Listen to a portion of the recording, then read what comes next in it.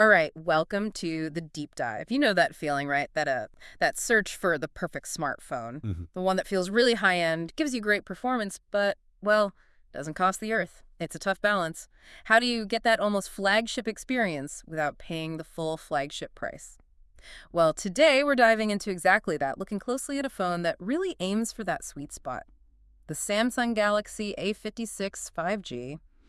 Yeah, we're basing this on a great review we read called Samsung Galaxy A56 5G Mid-Range Mastery. Kind of says it all, doesn't it? It really does set the expectation, yeah. Mid-range mastery. So our mission today is to unpack how this phone apparently punches above its weight and earns that title. We want to pull out the key bits from the review, walk you through its strengths, its value, especially if you're maybe thinking long-term about your next phone. And looking for something reliable? That lasts. Exactly. And the first impression from this review, it seems really clear. It's just a solid, well-rounded phone that feels more premium than its price might suggest. Makes it pretty tempting if you want that high-end vibe without the huge cost. The review looked at the 8 gig RAM, 256 gig storage model in that anthracite finish. Yeah, that specific configuration sounds quite capable. Okay, so let's unpack it. Starting with, the look and feel. First impressions matter, right? The review talks about the design, that anthracite color, giving it a refined, modern look. Stylish, but not too loud. Understated, maybe. Yeah, exactly. And apparently it feels good to hold, too. Slim, well-balanced, got that matte finish. Good for fingerprints, I guess, and a smooth frame. Sounds like they thought about comfort. They absolutely did. And that anthracite, it's more than just a color choice. It contributes to that premium perception without being flashy. It feels intentional. But, okay, the design sets the stage, but the display, that seems to be a real standout feature here. Ah, the screen. Always important. Definitely. It's a large AMOLED screen. And the review calls it vibrant, with punchy colors and deep blacks.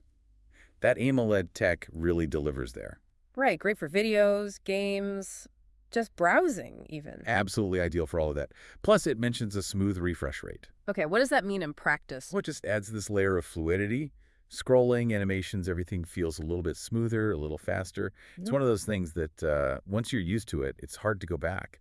Makes the whole phone feel more responsive. Yeah, that fluidity really elevates the experience, doesn't it? It's often the difference between a phone that just works and one that feels, well, nice to use. But let's get under the hood. Performance. The review mentions 8 gigs of RAM for, the average person. What does that translate to day to day? Well, 8 GB of RAM in this class of phone is actually pretty generous. It essentially means the phone can juggle more things at once without slowing down. Think of it like having more short-term memory available. Apps stay open in the background longer, switching between them is faster. So less waiting for apps to reload. Exactly. The review says it handles multitasking effortlessly.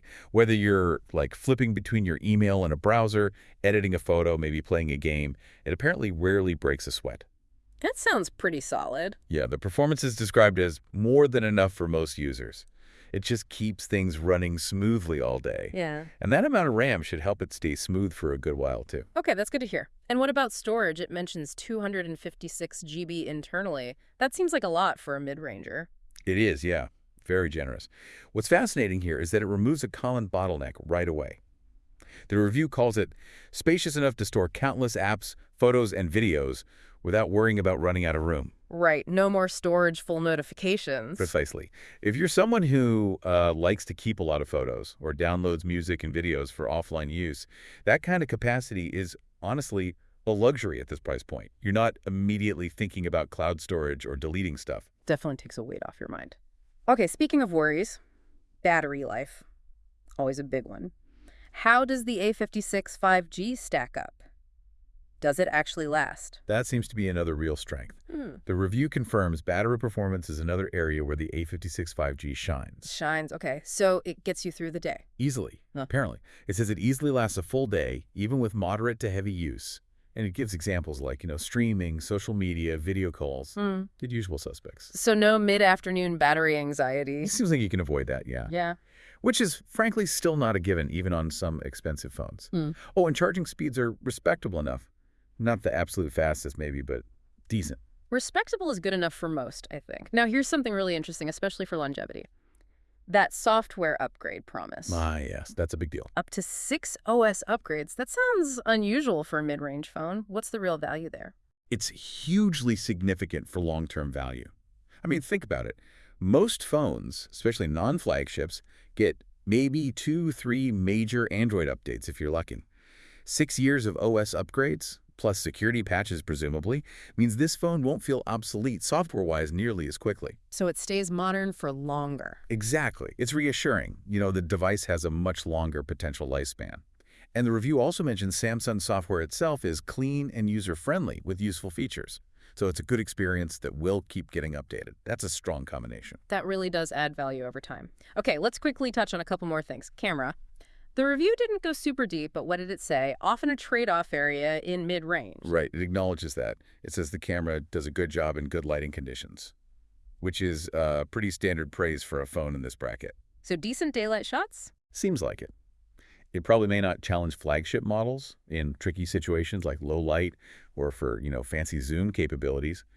But for everyday stuff, capturing memories, sharing snaps on social media, it more than holds its own.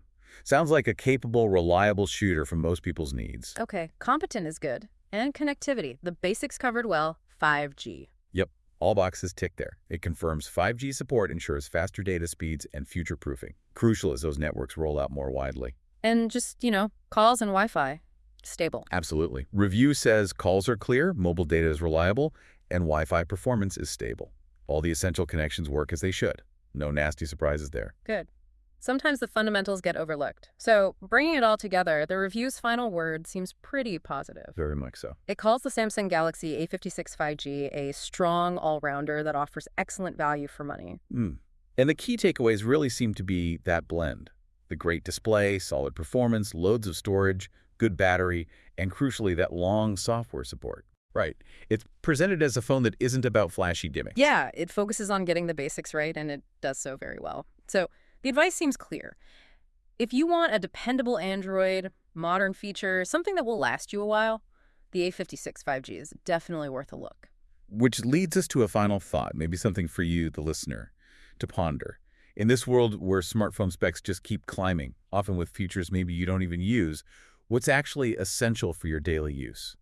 And how does a phone like this, a really well-executed mid-ranger like the A56 5G, make you question if you really need that top-tier flagship to be properly equipped for your day-to-day life?